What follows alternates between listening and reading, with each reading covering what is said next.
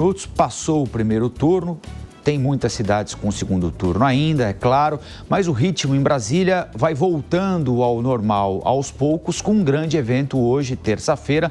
Daqui a pouco, às 10 horas da manhã, acontece a sabatina de Gabriel Galípolo no Senado, na Comissão de Assuntos Econômicos, e depois disso, a votação no plenário da indicação feita pelo presidente Lula para que ele assuma a presidência do banco a partir do dia 1º de janeiro. A Aline Beckett tem todos os detalhes para a gente. Bom dia, Aline.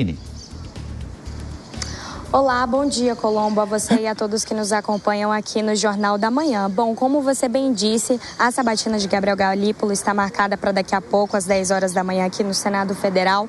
Depois da etapa na Comissão de Assuntos Econômicos, o nome dele deve passar também pelo plenário, ainda hoje. Se aprovado pelo Senado, Gabriel Galípolo irá substituir o atual presidente do Banco Central, Roberto Campos Neto, que tem o seu mandato até dezembro deste ano. Então, a gestão de Gabriel Galípolo passará a valer a partir de janeiro de 2025. A expectativa por aqui é de que o nome dele seja aprovado com facilidade. Ontem, um relator da sabatina, o senador Jacques Wagner, apresentou o seu parecer, e no parecer ele citou que Gabriel Galípolo tem todas as condições necessárias para disputar essa vaga e também é capacitado para assumir o cargo. Nessa mesma linha, segue grande parte dos senadores que acreditam que irá passar, sim, com facilidade o nome de Gabriel Galípolo. A sabatina, ela serve justamente para isso, para que os senadores avaliem essa capacidade técnica do indicado. Então, Galípolo deve responder alguns questionamentos sobre taxa de juros, sobre o Conselho Monetário, a relação com o governo federal e também com o Ministério da Fazenda e, inclusive, a autonomia do Banco Central, né? A indicação de Gabriel Galípolo também foi bem recebida pelo mercado financeiro, mas ele deverá continuar aí conquistando a confiança dos agentes econômicos durante esse caminho, né? Hoje, Gabriel Galípolo ocupa o cargo de diretor de política monetária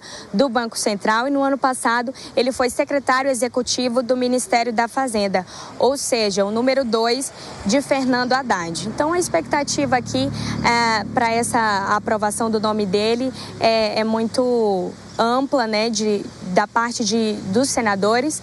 E agora a gente aguarda aqui, a gente segue acompanhando por aqui. Qualquer coisa, a gente volta de novo, Colombo. Combinado, Aline. A gente conversa já, então. Aline Beckett, ao vivo, direto de Brasília. A Aline volta daqui a pouco, mas o tema continua, que é a sabatina de Gabriel Galípolo para ocupar a presidência do Banco Central. Agora temos um convidado para falar sobre esse assunto, o diretor nacional do IBMEC, Reginaldo Nogueira, a quem agradeço muito a participação. Bem-vindo, Reginaldo, um bom dia. Muito obrigado, bom dia. Sempre um prazer estar aqui com vocês. Reginaldo, a aprovação é dada como certa na Comissão de Assuntos Econômicos, no plenário também, do Senado Federal. A dúvida está na questão de como será a condução de Gabriel Galípolo diante de tanta pressão do governo por causa do alto patamar da taxa básica de juros, a desvalorização do real frente ao dólar. Enfim, o que você espera dessa sabatina? Em que pontos os congressistas devem se ater para tentar fazer um desenho de como será a gestão de Gabriel Galípolo? E o que você espera da gestão se realmente isso se concretizar? Bom, veja que desde a aprovação do nome de Galípolo para a diretoria de política monetária, já se sabia que em determinado momento ele seria indicado para a presidência do Banco Central, né? No arranjo que temos hoje de autonomia do Banco Central, que foi aprovado ainda no governo anterior e que tem passado aí pela primeira prova na transição para o governo Lula, nós temos aí uma troca paulatina das diretorias, né, dos membros do Copom, cada um deles com mandatos descoincidentes, né? Então, num primeiro momento, houve a indicação de Galípolo para a diretoria de política monetária, já na expectativa de que, ao se aproximar o final do mandato de Roberto Campos Neto, ele seria, então, indicado para a presidência do Banco Central. Esse período em que ele passou na diretoria de política monetária foi importante para que o próprio Galípolo ganhasse um pouco mais da confiança do mercado.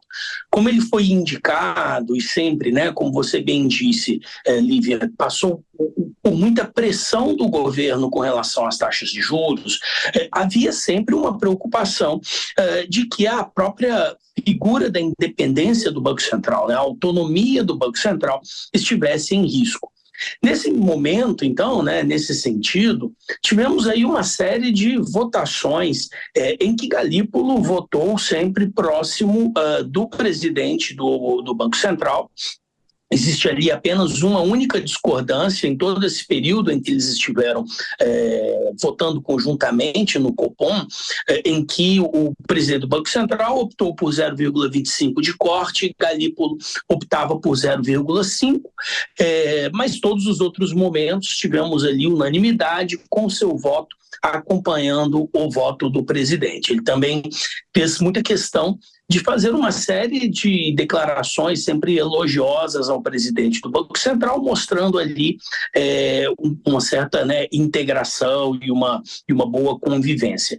Isso tudo trouxe para o mercado alguma tranquilidade com o nome, então, por isso mesmo, né, o mercado já esperava essa indicação e não devemos ter nenhuma surpresa nessa sabatina. Eu acredito que hoje, muito da conversa, né, da participação dos senadores, será exatamente sobre a independência desse Banco Central, a independência de Galípolo e da diretoria, que está sendo aí aos poucos reapontada, né, pelo governo, de acordo com as regras e as normas da lei, e quanto eles serão ali independentes, livres para continuar trabalhando com a política monetária na busca da meta de inflação. Em especial, porque aí temos outras perguntas que eu acredito que deverão aparecer nessa sabatina, temos aí uma economia em que as expectativas de inflação não caminham para o centro da meta de 3%, então existe aí um trabalho a ser feito no próximo ano, 2 anos, muito de trazer aí, né, de ancoragem dessas expectativas, com um pano de fundo de uma política fiscal muito expansionista. Tem sido ali um ponto de briga constante entre Banco Central e o governo brasileiro, com todas as notas, atas, documentos, relatórios do Banco Central, sempre apontando como que a política a política fiscal extremamente expansionista tem colocado desafios para a condução da política monetária. Eu acredito que esses serão os principais pontos aí que serão, né, questionados durante a sabatina. Acredito que não teremos nenhuma surpresa, deve ser ali uma sabatina técnica normal, como em geral elas sempre ocorrem. Reginaldo, em não tendo nenhuma surpresa de fato, como se imagina, com uma aprovação tranquila no Senado, ele assumirá o cargo no dia 1º de janeiro de 2025. Com a economia brasileira indo para onde? Ou seja, qual vai ser a principal demanda, qual vai ser a principal atribuição do Banco Central a partir do dia 1º de janeiro de 2025? Ele tem de ficar de olho na inflação fora da meta, ele tem de ficar de olho numa política expansionista de gastos a que você se referiu, e como o Banco Central vai ter de se comportar num provável início de mandato de Galípolo? Subindo taxa de juros, provavelmente? Bem, a tarefa fundamental do Banco Central é manter a estabilidade da moeda, é alcançar as metas de inflação definidas pelo Conselho Monetário Nacional. A nossa meta de inflação no Brasil ela é de 3% ao ano, com um limite de tolerância de 1,5% para cima, 1,5% para baixo, né? Então estamos falando ali de uma busca de um objetivo de uma inflação em torno de 3%, podendo flutuar entre 1,5% e 4,5%. Mas é importante reforçar, a meta é de 3%. Esse ano estaremos ali muito próximos dos 4,5%. As expectativas para o próximo ano continuam em torno de 4%. E quando olhamos para os anos à frente, as expectativas de inflação e as próprias previsões feitas pelo Banco Central apontam uma inflação mais próxima de 3,5% do que de 3%. Então, eu acredito que, de maneira muito objetiva, esse é o grande objetivo do presidente do Banco Central, Esse é o grande, inclusive, motivo pelo qual temos um programa de independência, né? um projeto tivemos aí a aprovação de um projeto de autonomia e independência do Banco Central. Estamos passando aí por um momento, um pequeno ciclo de aumentos das taxas de juros. O mercado acredita que o ciclo continuará até o final do ano. É inclusive interessante até para o próprio presidente do Banco Central, que deve ser aprovado agora, né, o Galípolo, que esse ciclo continue e que o grosso do ajuste de juros aconteça até o final desse ano, de tal maneira que já no início de seu mandato nós já tenhamos ali os primeiros, né, e os ajustes mais importantes para que a inflação comece a ter uma trajetória de novo aos 3%. No ano que vem, será importante observar de novo os indicadores de inflação, as expectativas e o próprio desempenho da economia. A economia brasileira vem mais aquecida do que era esperado. Esse é um dos motivos pelo qual continuamos tendo pressões de demanda que acabam afetando a inflação. E é nesse contexto que a questão da política fiscal ganha importância para o Banco Central. O Banco Central ele não é responsável pela política fiscal, ele não tem uma decisão sobre isso, porém impulsos fiscais, déficits fiscais, geram impacto sobre a inflação brasileira. É nesse ponto que o Banco Central se preocupa, é muito nisso que devemos continuar aí tendo algum tipo de sinalização do Banco Central, embora, é claro, deva ser talvez um pouco mais sutil a partir de agora. Acho que esse é um dos pontos que o mercado também vai começar a acompanhar mais de perto. Zé? Reginaldo, já está precificado, como se diz no mercado, a aprovação do Calígula na presidência do Banco Central, né?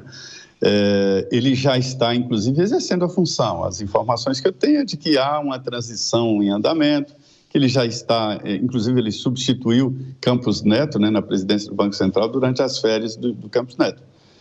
A pergunta é sobre, primeiro, o que você achou dessa experiência do Brasil, que é recente, né, do Banco Central, não independente, mas autônomo, em primeiro lugar, e segundo, e aí, o Políbolo vai ficar com as ideias dele ou com as ideias do governo na sua gestão na presidência do Banco Central? Bem, essa mudança de autonomia, né, do Banco Central, ela é uma mudança institucional fundamental. Eu acredito que é algo, quando nós olhamos a experiência internacional, é algo que já vem sendo implementado há décadas ao redor do mundo. O Brasil, inclusive, chegou tarde nesse ciclo. É uma mudança institucional relevante exatamente para gerar previsão, tranquilidade e garantia de que a política monetária irá focar numa taxa de inflação estável e não em decisões de curto prazo que talvez gerem um pouco mais de crescimento, né, num pequeno espaço de tempo, com um custo de inflação, desarranjos macroeconômicos no futuro, né? Então, eu acredito que temos aí um movimento importante. E esse movimento, né, ele inclusive ele pacificou muito do processo de transição entre o governo anterior e esse governo durante toda a discussão sobre o modelo econômico. Tivemos aí todo tipo de pressões do governo, mas vimos ali que o Banco Central, o Copom e a diretoria em si manteve ali seu objetivo em busca da meta de inflação e das discussões técnicas da política monetária. Então, eu acredito que até agora tivemos um modelo de sucesso em que tivemos uma mudança, né, uma lei de autonomia que já no primeiro ciclo de eleição já foi colocada à prova com a mudança de governo. E eu entendo que até agora tivemos aí um movimento muito poderoso, muito importante para a economia brasileira. Repare que já no processo eleitoral do governo anterior, tivemos durante o processo de eleição um aumento de juros relevante para controle da inflação, né? Tivemos a mudança de governo, quando os juros tiveram que cair, eles caíram, quando as expectativas começaram a ficar mais longe da inflação, os juros voltaram a subir. Então, quando a gente olha para frente, o que se espera é que esse tipo de comportamento continue, não só agora com Galípolo, mas também com quem será indicado para seu lugar na diretoria de política monetária, né? É importante lembrar que ele deixa uma cadeira que também será preenchida por nova indicação, mas até agora eu acredito que temos aí motivos para comemorar nessa aprovação da lei de autonomia do Banco Central. Nós conversamos com o diretor nacional do IBMEC, Reginaldo Nogueira. Reginaldo, obrigada mais uma vez pela contribuição. Até a próxima, bom dia. Bom dia, muito obrigado.